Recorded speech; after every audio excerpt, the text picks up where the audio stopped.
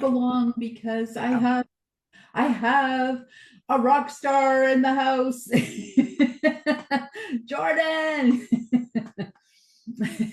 show your beautiful self. Hey, Marianne, Oops, got to get this out of my face here. there we There we go. I go. just want to tell people Jordan was the keynote speaker in Arizona for my APL Go conference that we were at. And I also had the pleasure of speaking. So we were speaking at the same event. Jordan is a sales superstar. But before we even get started, and I'm not so much into, like, I just don't have time for reading books so much. So I'm an Audible girl. Hang on, can we get me on here so y'all can see this? This is Jordan's book. Get it. That's all I'm going to say is get it. I've already read it. I've already listened to it twice. I was going to say I read it twice, but that's not true. So if you can't remember what it is, please connect with me or connect directly with Jordan. With that, I know Jordan's in a hurry to go into the next event, so we have to stay on time. Jordan, thank you so much for gifting me your time. I mean, I feel so blessed. Thank you. First of all, I had the opportunity of listening to you. I was like this. Like, you know, when you're listening so intensely, you can't write and listen at the same time because there's so much going on. That's what it was like. That's what it was. I appreciate I appreciate that. It's very nice. It was very nice to meet you, Marianne. Thank you for the invitation to be with the group here. Oh, thank you so much for coming here and just helping to just pour all over all of us. So with that, I'm going to stay quiet. Go for it, Jordan. Jordan Adler, everybody. Thank you. Thank you, Marianne. So I really want to start with just saying the title of my book, Beach Money, the way that happened. I actually, over the course of probably 20 years, this was back before the internet and all that. I was writing notes for my weekly conference call on a yellow pad, and I put them into a box.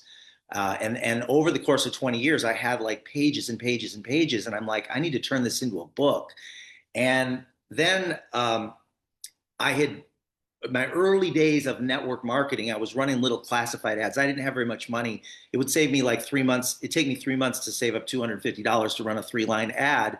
And every time I would run an ad, if I put the title Beach Money, I don't even know where I got that. If I put the title Beach Money on there, I would get 20 times as many calls. Any other title wouldn't work. Like, I get very few. But then when I put Beach Money, I get a whole bunch. And so I thought, this is all about building your dream life and creating a residual income. And I'm going to be talking about leadership, seeing that the title of this series is Authentic Leadership. I'm going to be spending time on that. I'm actually in Las Vegas on the Vegas Strip. I'm on the 37th floor of the Waldorf. I'm looking out over the Raiders Stadium and the MGM and the Luxor, New York, New York. It's all right outside my window here. I split my time between here and Vegas and a little mountain town that I've had a home for 26 years called Jerome. Some of you have probably been to Jerome. It's a little magical mining town between Prescott and Sedona. So I go back and forth between the two. I'm going to share my screen with you. Oh, I need to get authorization, Marianne, to share my screen, please. And let's see if I got it now. There it is. Okay, cool. You have it? Okay, good. Yep, I do. All right. So you should be able to see my screen now. There we go. So I'm going to start with a statement. You can count the acorns in a tree, but you can't count the trees in an acorn. This statement I probably heard 30 years ago, and it had a massive impact on my career. I'll share a little bit about that, not a lot. I mean, you can always Google me if you want to, but I'll share a little bit about that. But I want you to think about the implication of this statement as it relates to building whatever business you're involved in. You can count the trees in an acorn. You can't count the trees in an acorn. I had been in 11 network marketing companies in 10 years, never made a penny, never signed up a single person. And there's a story with that, but I would talk to 2 or 3 people, they would be negative, and I would quit. This was in my 20s and early 30s. And I was at an event, I got invited by Jay and Meg Smith, who were top leaders in the company, and they saw something in me that I didn't see in myself. And there was a leadership training going on in San Francisco. I was in Phoenix at the time. And I didn't have any money. I had $36,000 in credit card debt on 22 credit cards. Didn't have a running vehicle. I was in my 30s. They invited me to this leadership event. And while I was sitting in the audience in San Francisco, Jay tapped me on the shoulder. He was in his late 50s at the time, and he tapped me on the shoulder and he handed me a note. And that note was on his letterhead. It was handwritten, small note, just a short note.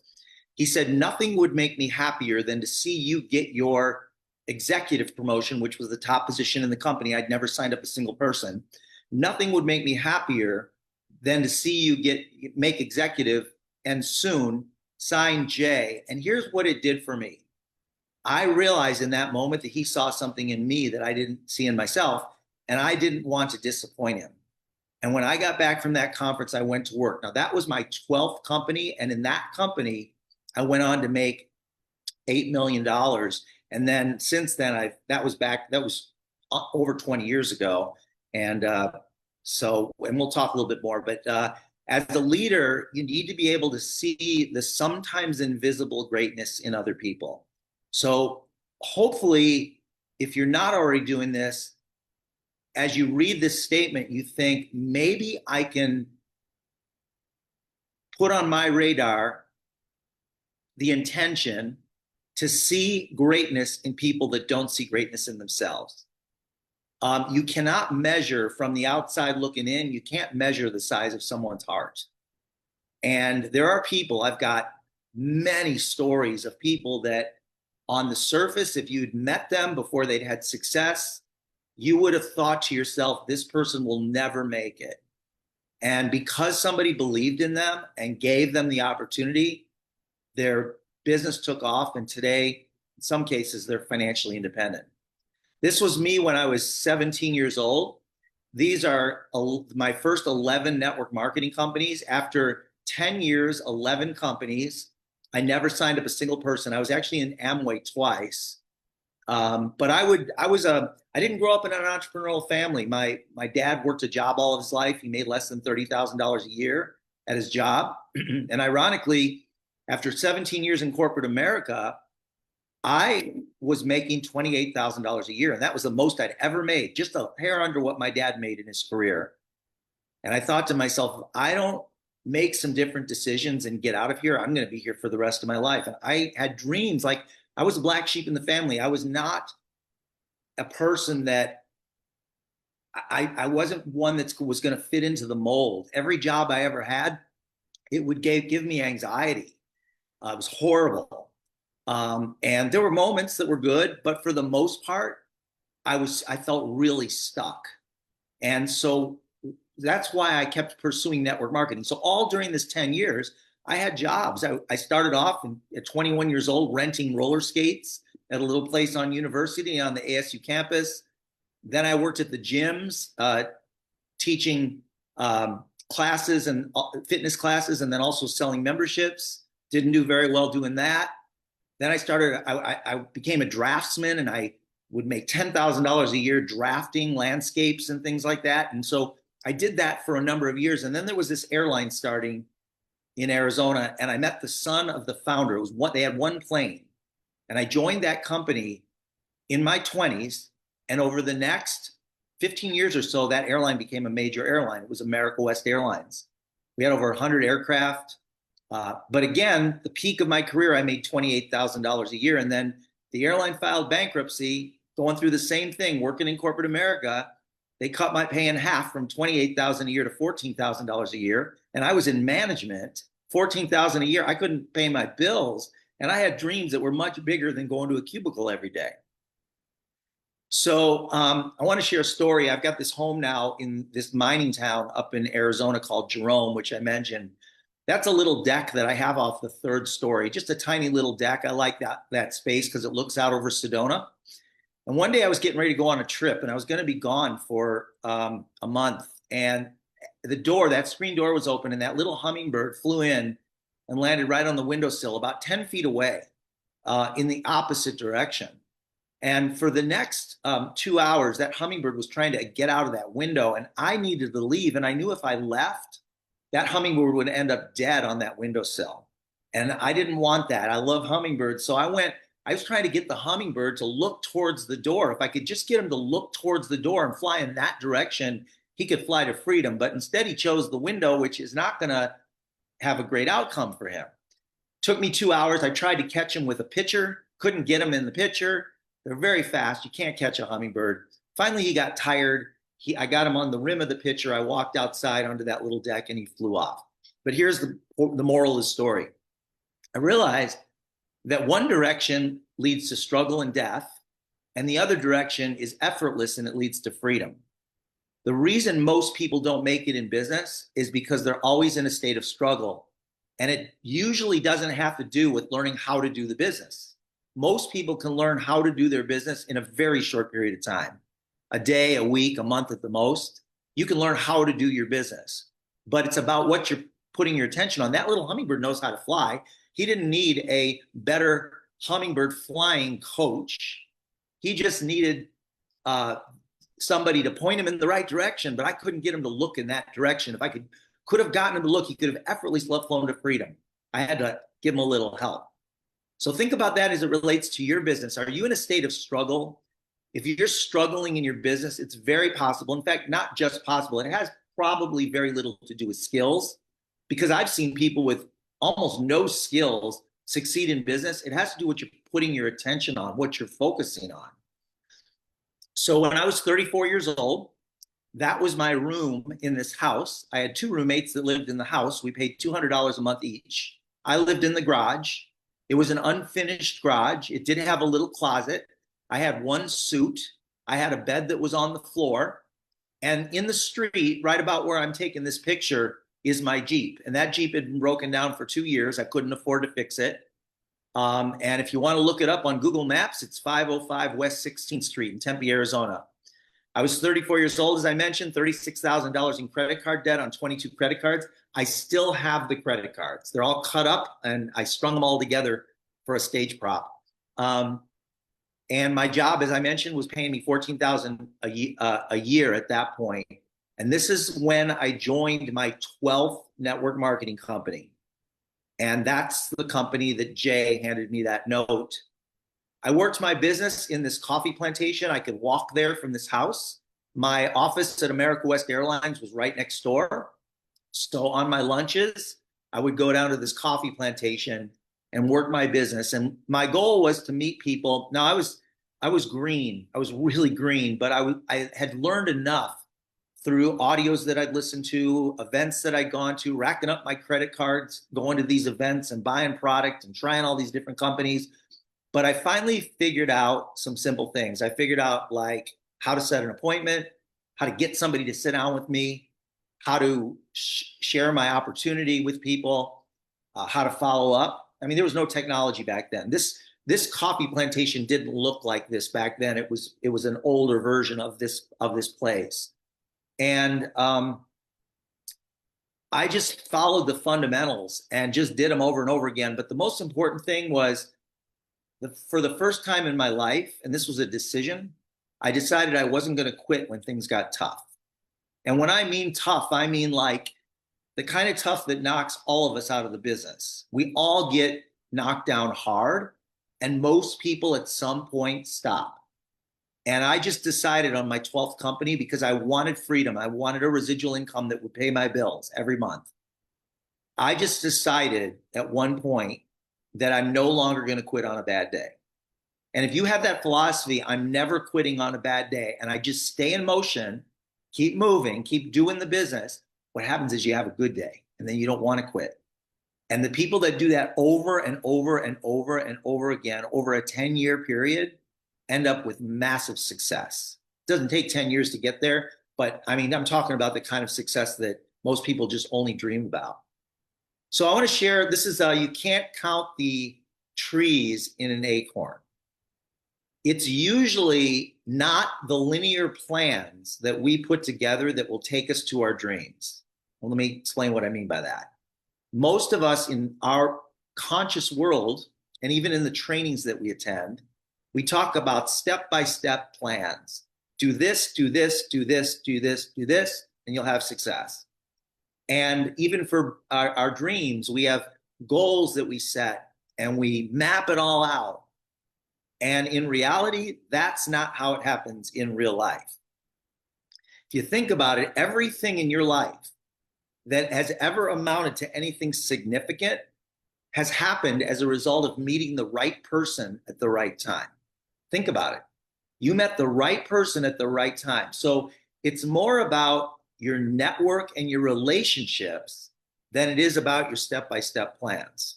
Now, let me give you an example. This is what happened on my 12th. Actually, this was my 13th company. My 12th company was around for 16 years.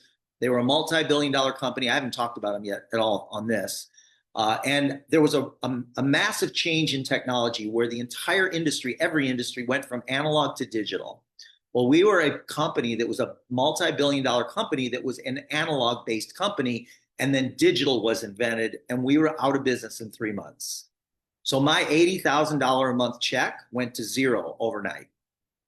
So I joined 20 years ago, I joined my 13th company. And this is what happened in this company. I was involved in the company for a few months, not much going on yet. There wasn't much going on. I got introduced to this 22-year-old kid. The picture on the bottom left, that's Nate, when he was about 25. So I get introduced at a networking event to this 22-year-old kid. And I find out that his father is the CEO of BNI, Business Network International, the largest privately held networking organization in the world. I had joined my 13th company, which was a company called Send Out Cards. I didn't have much going on yet. And I'd heard about BNI, but I'd never joined it. And I joined one of the weakest, there's about 4,000 chapters in the United States. There was back then, and now today it's way more. But I joined one of the smallest chapters, if not the smallest chapter in the United States, 12 members. Now, most people, when they join a BNI chapter, it's a group of business entrepreneurs, one person in every category. It's structured. You meet once a week. When I joined the chapter, when most people join a chapter, they look at it as what can I get from the 12 members in this chapter? What can I get from them? Like, can I get them to do business with me? And I saw a bigger picture. This is part of leadership. It's having a little bigger vision. What I saw was 4,000 meetings going on all across the country. And at that time, it was just US, but eventually became other countries. Over 10,000 meetings going on weekly all across the world. I think, I don't know what the actual number of members are, but it's in the range of, I think, 250,000 members. What I saw was these people already had a meeting location. They were already getting together once a week. Their goal was to give you business. So when I join a business, a BNI, my goal is to give them business. Their goal is to give me business. So we're all looking to help each other. Givers gain. It's part of their culture and their philosophy, which was the same as our culture. So I thought to myself, what if I just promoted BNI on my weekly trainings as one of the things? So I got Nate on one of my weekly calls. This is back when I had 5 people on the call. Eventually went on to have hundreds, but we promoted it. And I got members of my team into BNI chapters. And within 1 year, we were in 250 BNI chapters across the United States. And that gave me massive leverage. And this is going to blow your mind what I'm going to tell you next. Remember I said you can't count the trees in an acorn? I meet this 22-year-old kid, one person. That results in my team being in 250 chapters because I promoted it. And that's leverage, right? Residual income and leverage. I promoted it. And when I tell you this, it's hard to believe, but people stand up and say, BNI is responsible for $50,000 in revenue to our company, or BNI is responsible for, $300,000 in revenue to our company. Check this out. Revenue to our company, $250 million over the course of 20 years. My personal income from this one BNI relationship, by the way, Nate and Kelly, I'm going to be with them and their 3 kids having dinner next week. They are actually my best friends today. And my income as a result of that one relationship has been over $7 million. Just one relationship. And I've got tens of thousands of relationships in my business. And this is just from one. So it's usually one person that's going to change the trajectory of your life and your trajectory of your business. maybe 2 people, maybe 3 people, but for most people, it's in the range of 3 that really make the massive change. Harvey Mackay in his book, Swim with the Sharks, Harvey Mackay owns a paper company. He's in his 90s now, but he owns a $1 billion plus paper company. And he's written many, many books. You've probably heard of him. And he says you can predict the future of someone's income by looking at the size of their Rolodex. And of course, we don't use Rolodexes today, but back when he wrote the book, we were. Today, if you want one of these, you're going to have to go to the thrift store or the second or Goodwill or something like that. Today, our Rolodex is in our phone, which is a disadvantage in a sense because those contacts become invisible in our phone. Most of us don't use Rolodexes anymore, but the concept is the same. So I went out and bought a Rolodex back in the early 90s, and it was a big Rolodex. And I filled it up with business cards, and I started handwriting notes to people and staying in touch once in a while. This is before texting. Once in a while, giving them a call and just say, hey, I was just thinking about you. How you doing? Just to nurture the network, just to stay in touch with people over a long period of time. And Tom Hopkins, he was the #1 sales trainer in the world. His books are in 30 languages. He used to do sales trainings and 20,000 people would show up. He was a multi-millionaire realtor, and then he decided to teach realtors how to sell, but then he opened that up to the entire market. I learned from him. I read his books back then, and he talked about the thank you note habit. He had a whole chapter in his book called The Thank You Note Habit, where anybody you meet or anybody that does business with you or anybody that you show a home for or anybody that you list a home for, whatever, you send them a thank you note in the mail. And this got me doing this. And today my business is all around sending cards in the mail. That's my business. I've got 1 million customers that use our system to send physical cards in the mail, and they can do it from an app on their phone with pictures, or they can do it from their computer. We're the largest customer of the US Post Office. But the concept of this is the bigger the Rolodex, the better relationships with the people in your Rolodex, the more successful you're going to be. And across the board, if you think about it, the people you see speaking on the stages, they have a bigger Rolodex than the people that are in the audience, typically. So think about that. So you want to view people not as a resource for getting something. Most business people, I would say 90% plus, they're all about getting business. Getting. Everybody's trying to get. And the people that win long-term, leaders view people as a resource for giving something, looking for opportunities to give. And I'm going to just talk about some general principles of leadership. First of all, you have to have a vision and you have to share your vision. That was the first thing I was looking for 20 years ago when I was looking for my next company. First thing is I want a company that has a leader that has a big vision, is willing to share that vision and could communicate the vision. So you want to ask yourself, do you know what the vision for your business is? And are you sharing that? And you want to shout that from the rooftops. Everybody needs to know your vision. Everybody needs to know where you're going if you want to succeed in a big way. You have to have a system and give your team members a track to run on. This was a big thing that, if you think about it, the biggest franchises in the world have really well-defined systems, and people want to be led. People crave leadership. They're looking for how to do it. And when you have a system that you can teach to others, I had a boss that when I was back in corporate America that used to say, Jordan, your objective is to replace yourself. Build systems and teach other people to do what you do. And that's just so non-conventional in corporate America, because in corporate America, most people think if I work to replace myself, then I'll be out of a job. But you become more valuable.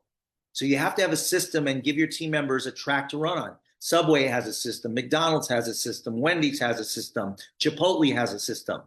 So you want to have that clearly defined. And if you're not doing that, get a good coach that can teach you how to create systems for your business. You have to be able to, this is for your employees or your team members. These are 3 principles that I learned when I was working for America West Airlines. I taught a management development class to our employees called, I can't remember what, something management. I can't remember now. I can't remember. Anyway, I do know the 3 principles that we taught. The first principle was, I'll think of it, but the first principle was maintain self-esteem in others. So you always want to look for, if somebody's feeling down or a little bit beating themselves up, which we all do, you want to do your best to help lift their self-esteem.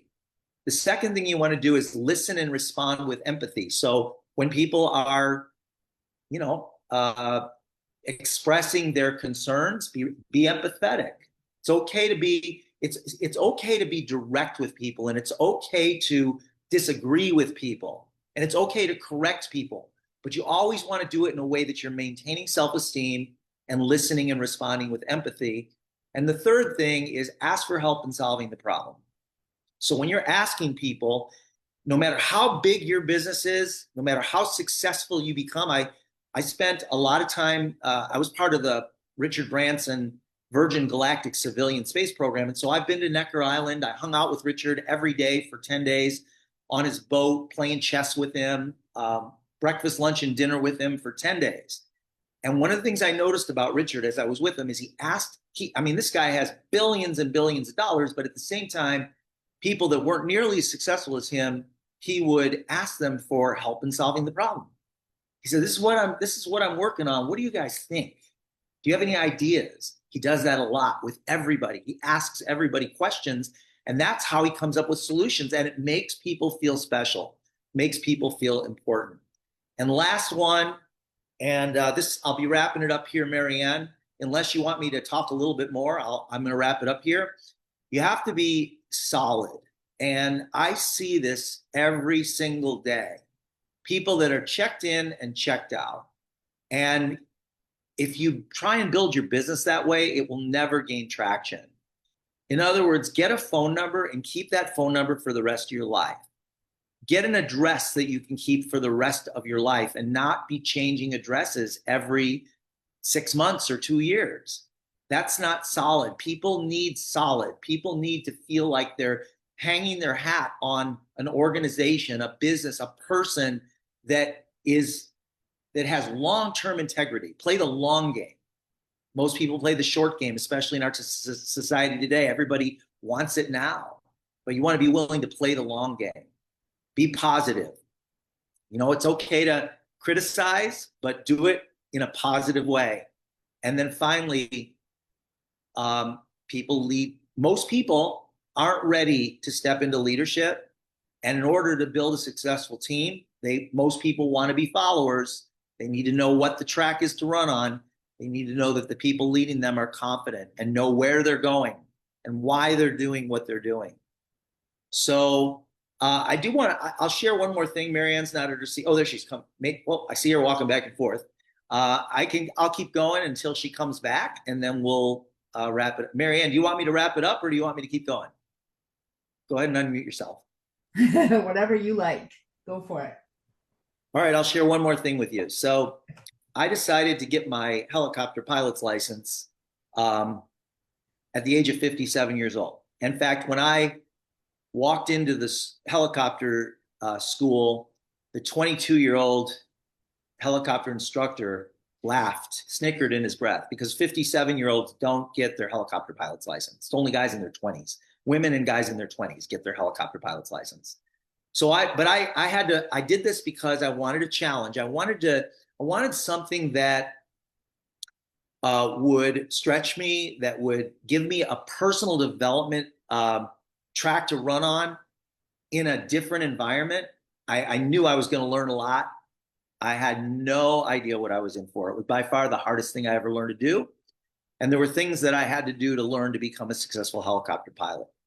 And the things like, I'll just scroll through these real fast. I had to make an investment. I had to sacrifice. I had fears I had to overcome. I had to practice. At some point, I needed to solo. My instructor kicked me out of the helicopter and said, okay, you're ready. And I'm like, ready for what? You got to go by yourself now. I'm like, what? In my head. And I went and flew for the first time. And that felt great, but it was really scary. I had to learn the fundamentals. I had to grow. I had to have faith that I was going to be able to achieve it. Because the truth is, there are so many times that you lose faith on your journey. Every leader does. But you have to have faith that things are going to work out, and you just stay on track regardless. and I had to have big dreams. I wanted to fly the helicopter as a hobby here in Vegas to be able to take my friends up. And I was in a helicopter crash, and I'm not going to get into the big story right now, but the guy that I was flying with, I knew him for 6 months. He told me he flew A-Stars every week, big helicopters, told me he had a maintenance facility. Bottom line, found out after the crash, because I turned the controls over to him while we were in flight, and we should have both died. The helicopter was completely destroyed. We pierced a 150-gallon fuel tank that showered fuel all over us. The bottom line is my helicopter was destroyed, and this guy had never flown in his life.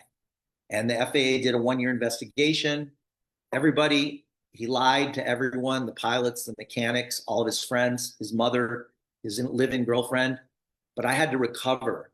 And the hardest thing I've ever done in my life was to get back into the helicopter. And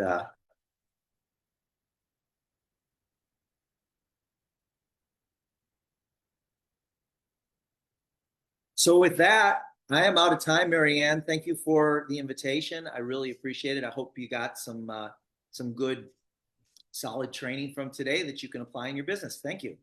As always, Jordan, thank you so much. And I'm so glad you're okay.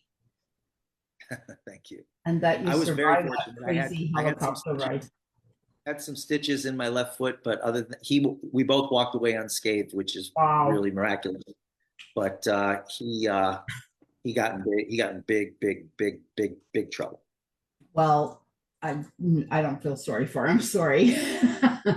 One more time, I want to say, I can't say enough. I'm not really one to read books more than once, but this one, I'm already on 2 times listening to it. Actually 2.5, because I already started. So it's going to be. I promise, if you buy that book, you're gonna love it. It's a fun book to read, and you'll learn a lot. It really is, and it's a super easy book full of really great things, and it's on Audible. Audible for people who have a crazy schedule like me. Thank you so much, Marianne. Thank you so much. And thank you so much. And I hope you have a fantastic rest of your day. Thank you again. I can't thank you enough for taking the time. I know your day is like insane. I really love you. Mwah. Thank you. Take care. Have a good one. Bye, everybody. Bye-bye.